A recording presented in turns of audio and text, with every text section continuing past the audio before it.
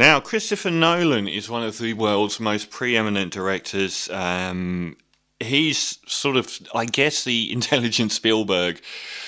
If there's a raft of directors that have taken control of cinema, like David Fincher or the Coen brothers, Paul Thomas Anderson would be my highlight as far as art goes, as far as filmography goes. Denis Villeneuve probably usurps Nolan at this stage. I think the passing of the torch with Tenet v June, I saw the trailer. What the hell is that about? A trailer for a trailer, but it looked really good.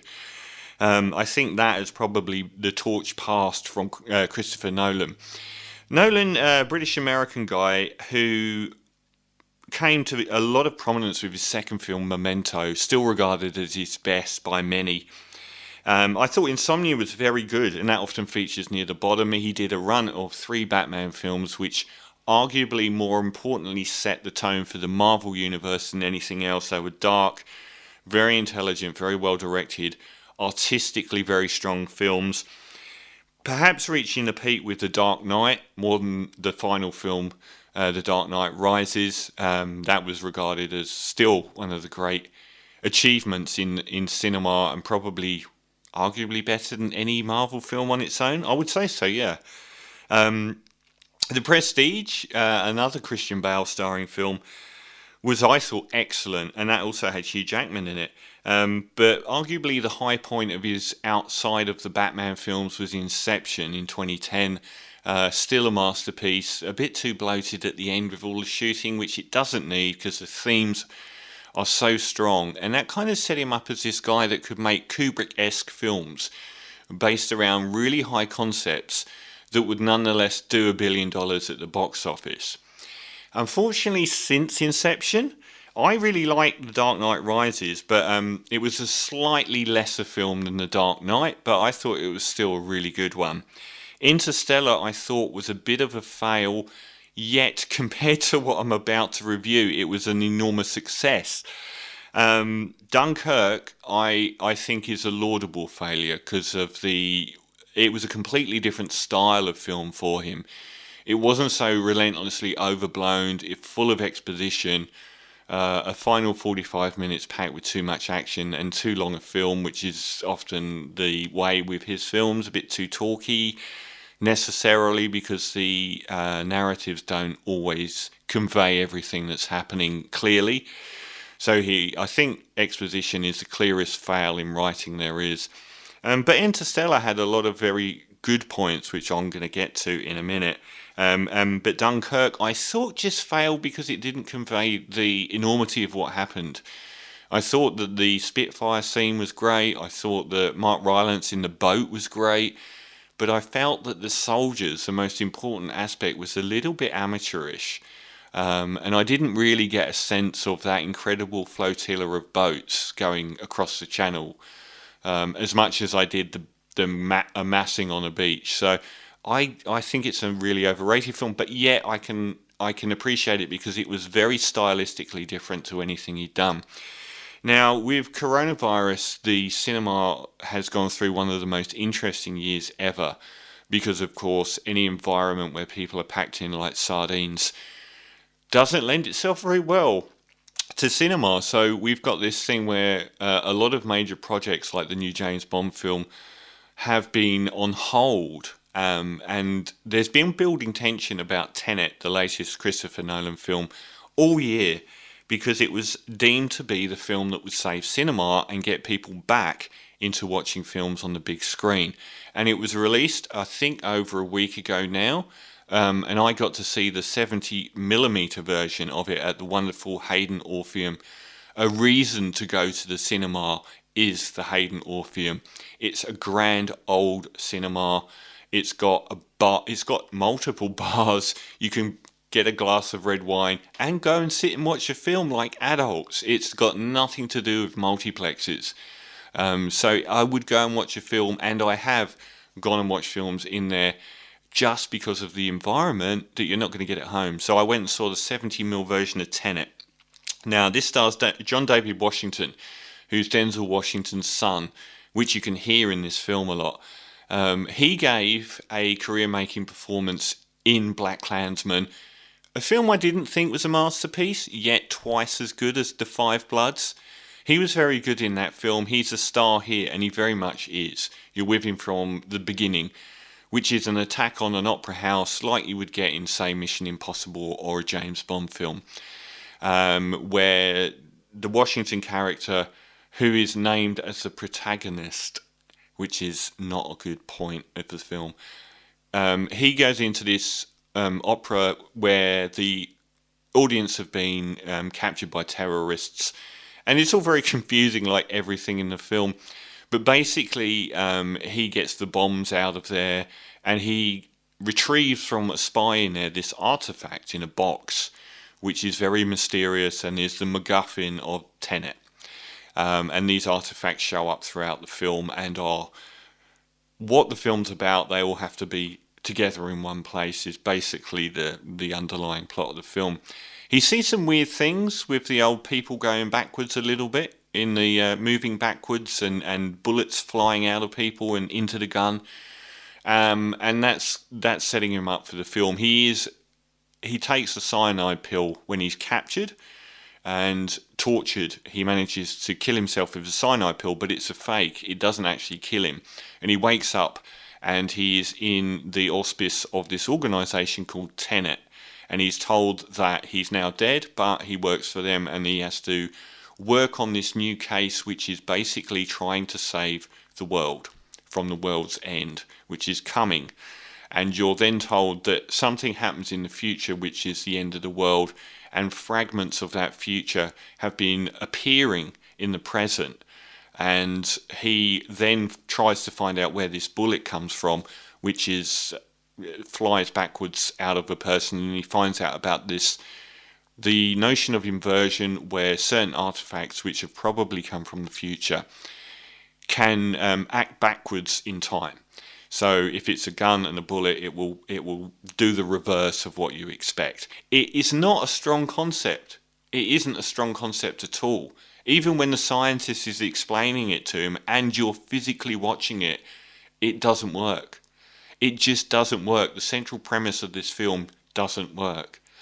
So we then get a James Bond movie where he goes, international locations, highly guarded complexes, where he hunts down.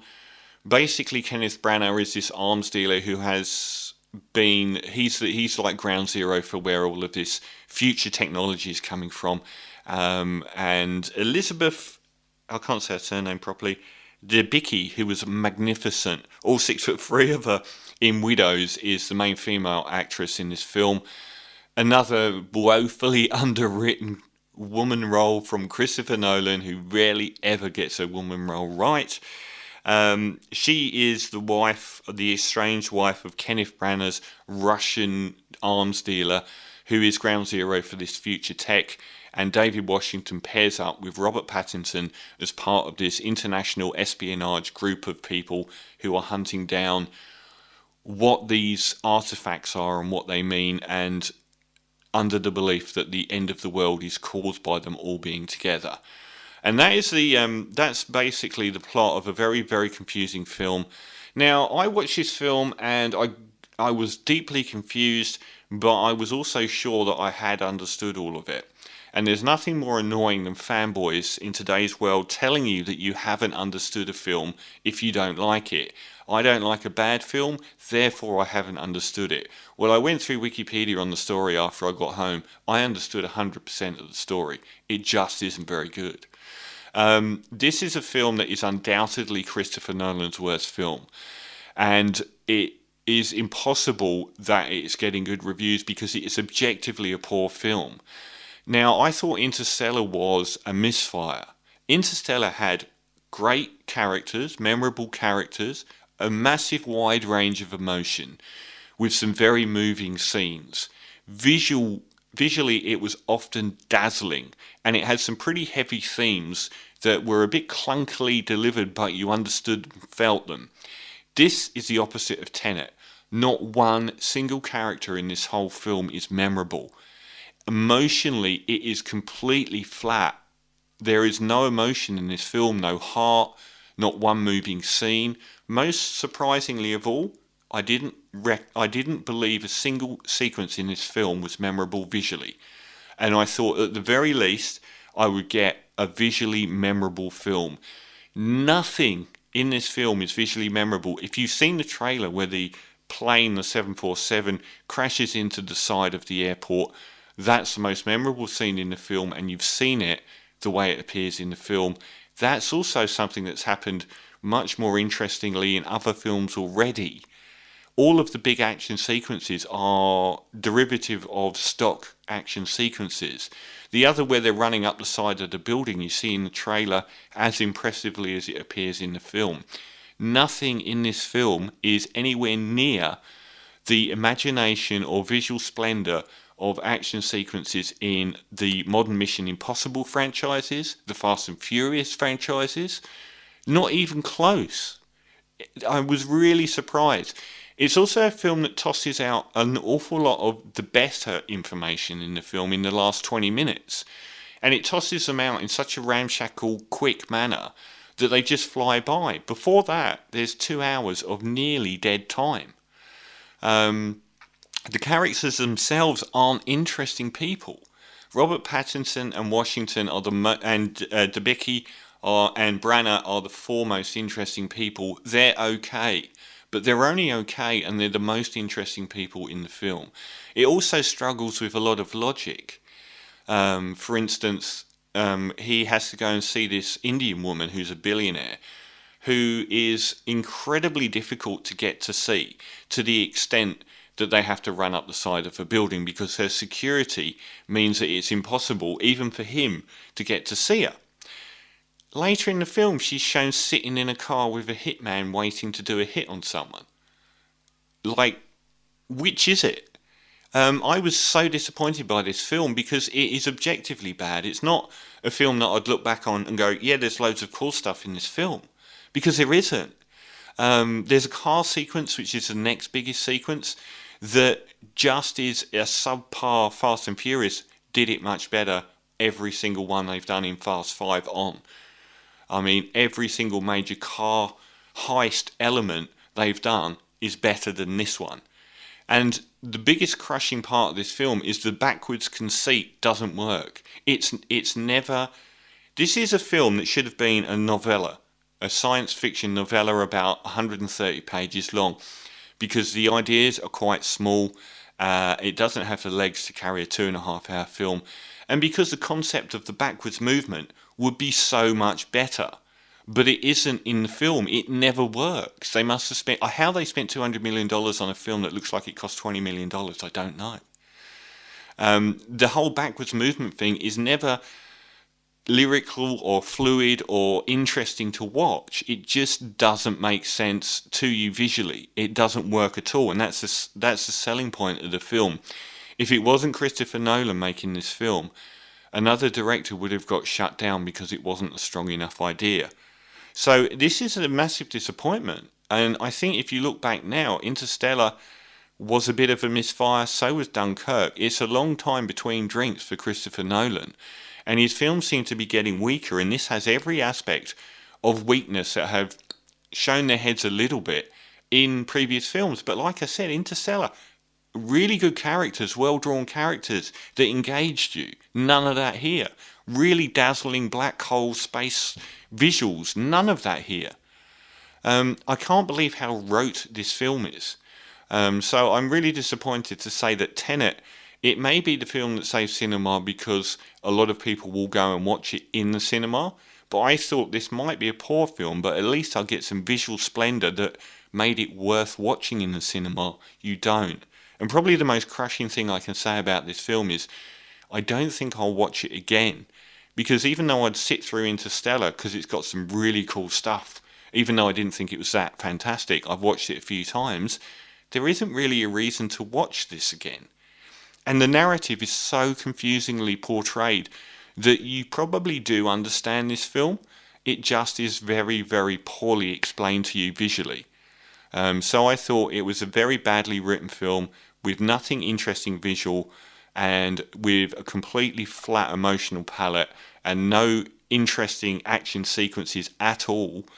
and very, very flat characters. So 4 out of 10 for Tenet, a really poor and the worst Christopher Nolan film, sadly. This is Vitamin C by Eggy from Can, the Kraut rock band, from the album Eggy Bam